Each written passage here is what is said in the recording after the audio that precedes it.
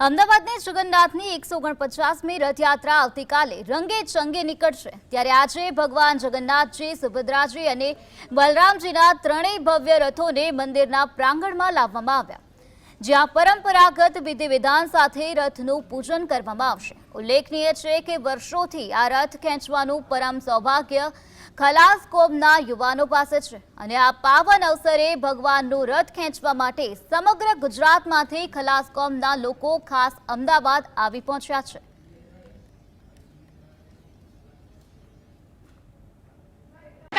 જે ખલાસ કોમ છે તેઓ આ રથ ખેંચતા હોય છે। જે ભગવાનના ત્રણેય રથ છે તે ખેંચવાનું સૌભાગ્ય પ્રાપ્ત થયું છે। એ સૌભાગ્ય અમારા બાપ દાદાના વખતથી પ્રાપ્ત થયું છે। નરસિંહદાસજી મહારાજ હતું ને એમણે અમને સોંપેલું। ત્યારથી રથયાત્રા અહીંયા અમદાવાદમાં નીકળી ત્યારથી જ અમે લોકો સેવક તરીકે અહીંયા આવતા હતા અને અમે એમની પૂજા સેવા કરતા હતા।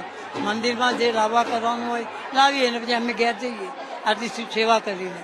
દર વખતે અમારો એ ધ્યેય હતો અમારા બાપ દાદાનો। ત્યારથી જ અમે રથયાત્રામાં આમ કે રથ ખેંચવાનું કામ કરીએ છીએ। અચ્છા, પરંપરાગત રીતે આ ખેંચો છો? વર્ષો થઈ ગયા। 149મી રથયાત્રા છે। કાકા, જે ખલાસ કોમના લોકો છે કે ક્યાંથી આવતા હોય છે? કેટલા લોકો અહીંયા રથ ખેંચવા માટે આવતા હોય છે?